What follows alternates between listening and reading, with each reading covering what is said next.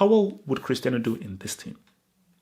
How well would Messi do in this team? You should have a defined starting lineup. If a player is playing badly, you sub him off and you bring in another player.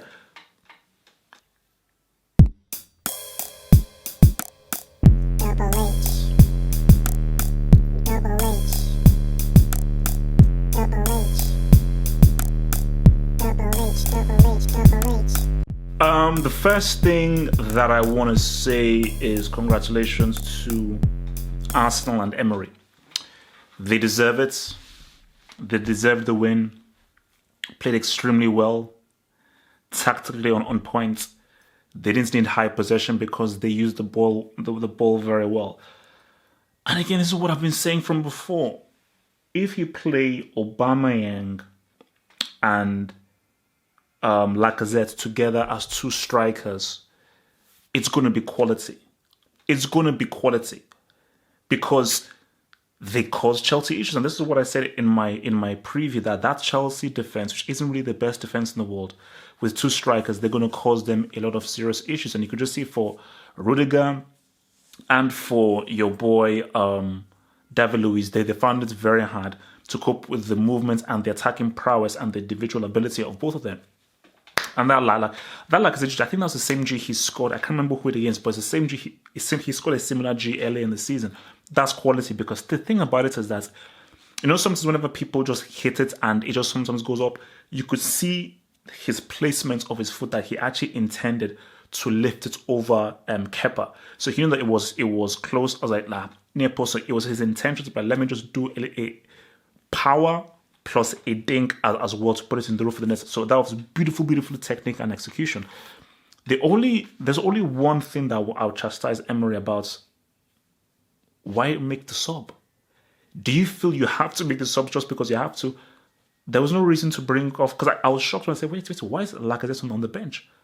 It was working very well. And I think that if you just had both of them up top, especially with Chelsea having to chase the game, Arsenal could have gotten more goals in that game. So I thought that was very risky. Again, okay, it's worked because Chelsea were not bothering and weren't really interested in scoring. But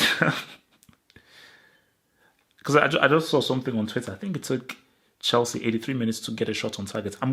Guys, this is going to be a long one, man, because totally I'm a complicated Chelsea fan.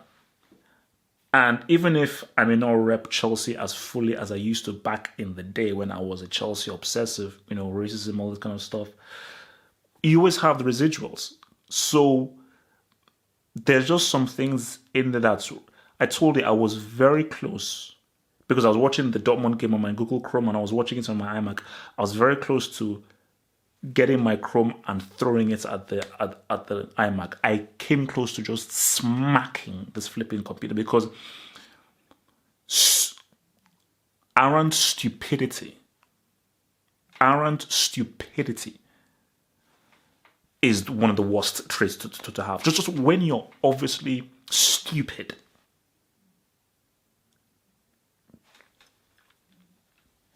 I'll save it. So, but with Arsenal, I just thought, look, man, maybe there isn't any place for Ozil in this team. But what I liked from Arsenal even more so was they worked hard. Defensively, they were great. I just think that's how hard they worked without the ball. They made it very difficult for Hazard. They double team and triple team on Hazard whenever they need to. They forced him into mistakes. They harassed the team into mistakes. They closed off the channels and they harassed them, and they just made it very difficult for Chelsea to have any shots on target. And look, man, and I thought, you see, that is the only issue. I think for Emery, you're harming this team, because surely by now, it doesn't matter whether you're a new coach or a new manager. Sarri is a new manager. Many guys are new managers. You should have a defined starting lineup. And a defined starting lineup where if you're winning the game 2-0, you keep with that starting lineup until you have to make a change in the 65th or the 70th minutes because of tiredness or because you want to try and hold on to the lead.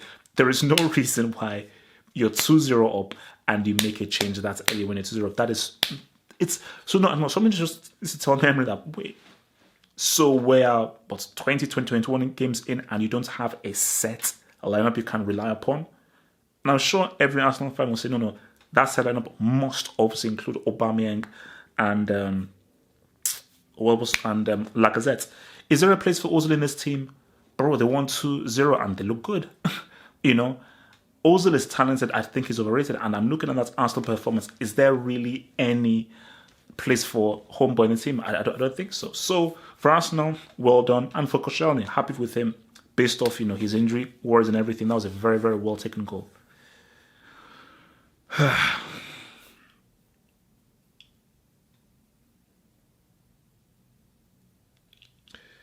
Maybe there's no point in me doing the half of football hot. Maybe there's no point because nobody listens. Nobody listens. I've been watching football since I was 6, 7 years old. I've owned pretty much every management's game. I've watched a lot of football matches. And the reason and how I analyze games is very different. I think that's why the football hot is different, because I don't really talk about the game play by play. I look at the greater and the bigger story. And because I just view things differently because I'm different. Look, that's what I realize. I'm just a different breed. The false nine is a very particular system.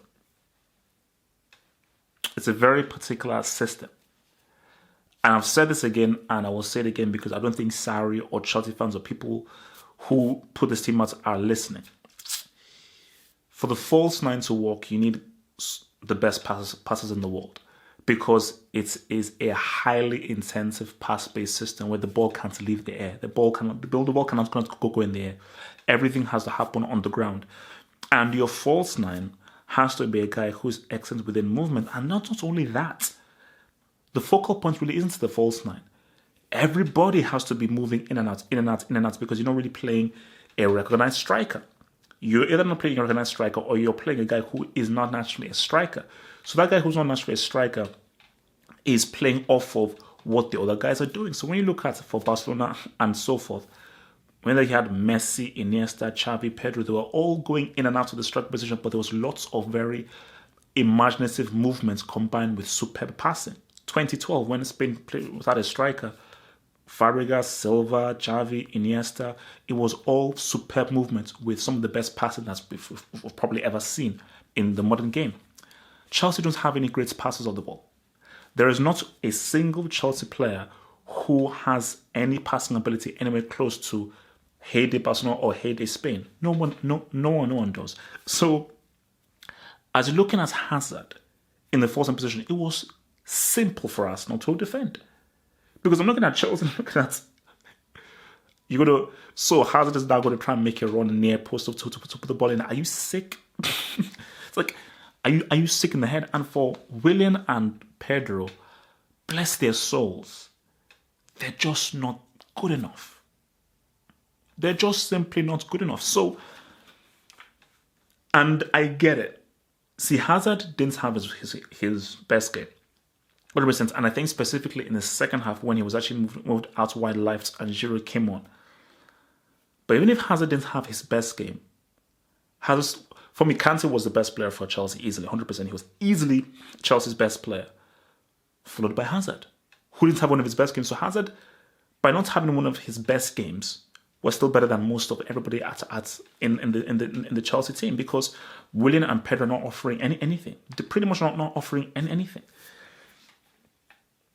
You see, this is where Sarri, I'm going to put you on brick watch. I have to put you on brick watch because you're being a moron. I need somebody to tell me what is the use of Alonso in this team. Please, I'm all ears. You have fingers. I know you guys like to type, and I know you guys like to insult me with my whole Zad thing. So yes, use those fingers as well. So yeah, type your Zad crap, and after you type that, tell me, of what use is Alonso? This dude is trash. This guy's class B. He's class B. Class B. I can't put him. He's class B. This dude is trash. Do you understand? This guy loses the ball. How awkward he's on the ball. Offers nothing. Defensively useless. But you've got Emerson on the bench. So why is Emerson on the bench? Why is Hudson-Odoi being given 10 minutes, 15 minutes. What has Willian done to warrant a starting place? So, even if they scored in the previous game, you've watched this thing for 50, 60 minutes and you think it's fine? So, it's like, that is where you just think for sorry, bro, man, something is wrong with you, bro. Something is wrong with you. And that is why you have to adapt. Because you have to try to win the flipping game. Hence, and this goes to, because I think Jorginho and Sarri are intrinsically linked. Because in my view, Jorginho he's useless. He's useless. You're telling me that a professional player can't pass 2 yards to a dude? Tell me that a professional player can't keep the ball? Because people say, oh my gosh, Jorginho, he plays a very important role, His role is very complicated, being the register, so not anybody can be the register. So what is so important that Jorginho does? And the reason why him and Sarri are intrinsically linked is because it seems as if, hey, we're keeping possession of the ball in very tight spaces. Cool. The last time I checked, possession doesn't win you the game. It may help, but you have to have possession with intent. You've got to have shots on target. You've got to try and break the line, which is madness. So, for Jorginho, and again, for Chelsea fans, you've got to be realistic to yourself, because you can either be like, oh, well, it was unlocked and everything. Or you can be like, wait a minute, you're the freaking deep line playmaker. You're the flicking deep line playmaker. I cannot give you kudos for making 2-yard passes, for keeping possession of the ball under pressure. Ooh, you are under pressure, but you kept possession of the ball. That's it? That's all that you do? Come on, bro. Busquets, he breaks down play, and Busquets is one of the nicest on the ball. Like, his ability on the ball is one of the best in the world. When you see some of the stuff that this guy does on the ball under pressure is insane. Can't say best game in the world. The best reader of the game there is in the world. So there's so many guys that do that job better than this dude Jorginho. But for Sarri, who you brought Jorginho as like, oh, he's so important.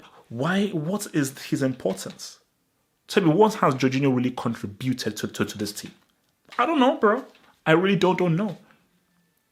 Because perhaps, maybe, tell Jorginho to piss off, put Kante back in the DM role, and replace Jorginho for another attacking player so you can actually have some flipping shots on targets. Maybe.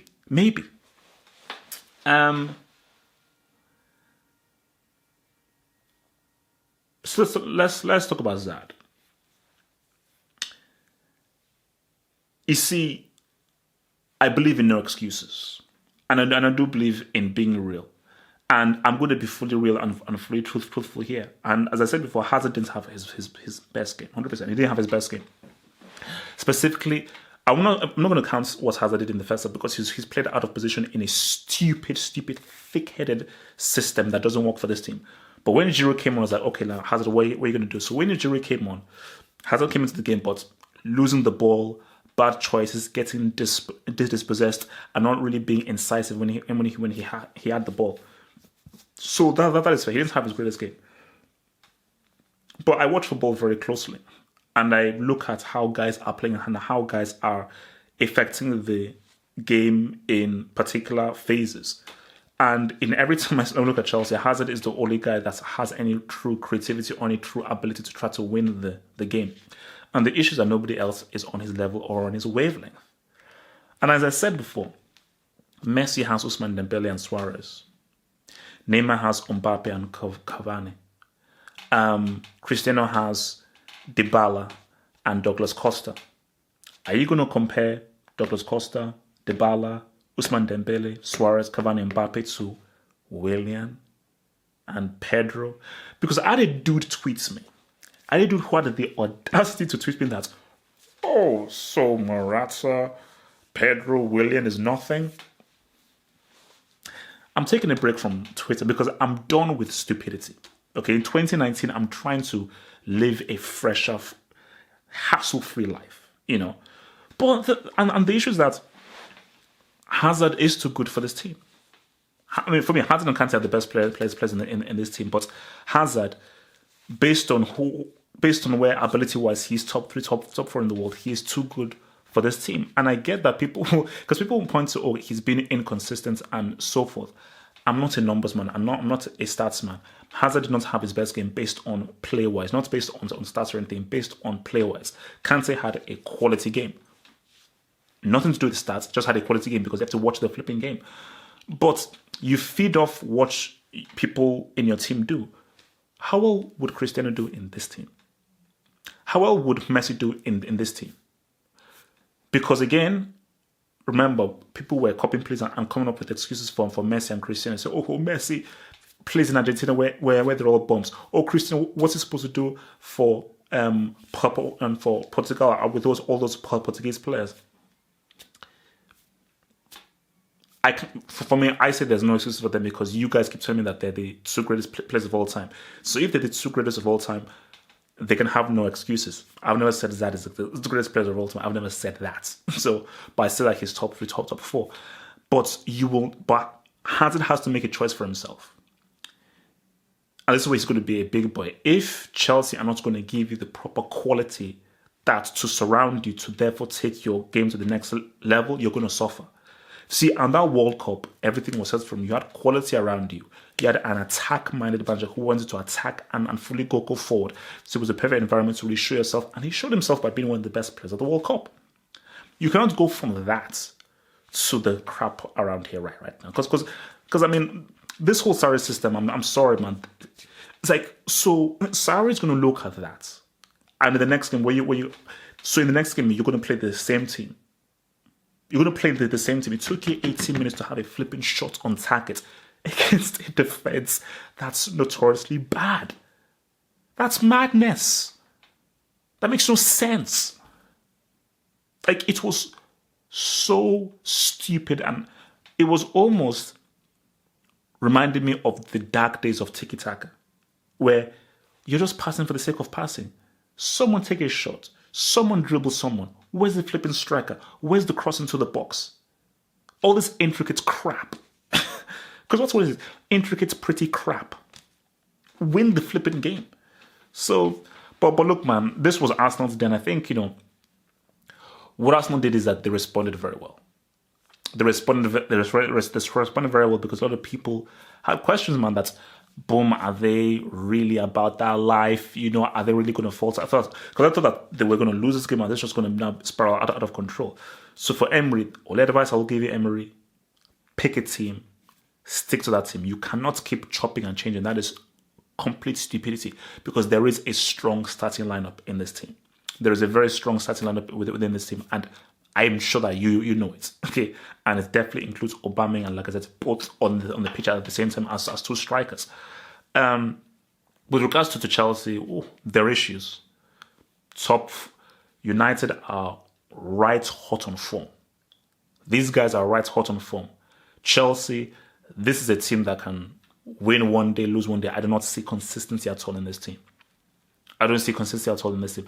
It is very irresponsible to put so much responsibility on one player. It is complete stupidity to so religiously stick to players who are bricks. Alonso is a flipping brick. The dude is a flipping brick. Why is he starting every single game when this guy offers nothing? So it's like, it's like,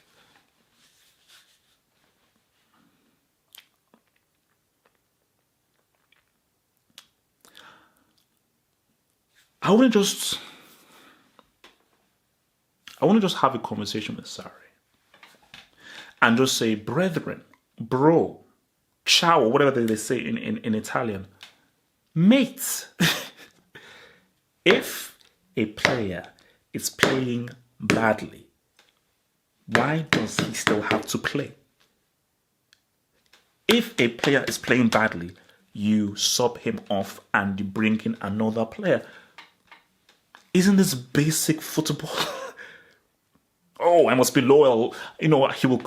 No, he's playing like crap, so sub him off. Am I mad? Am I crazy?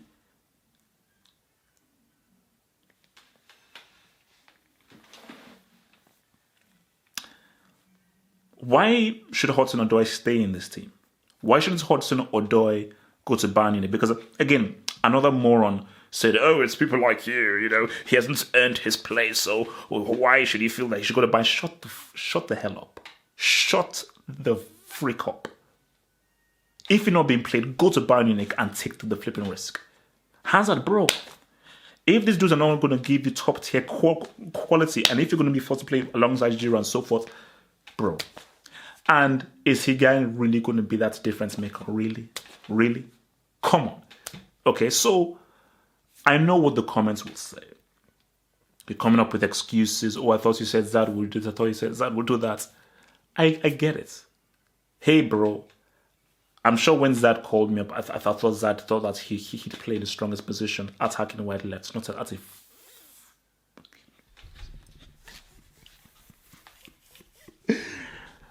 How are you playing a false nine?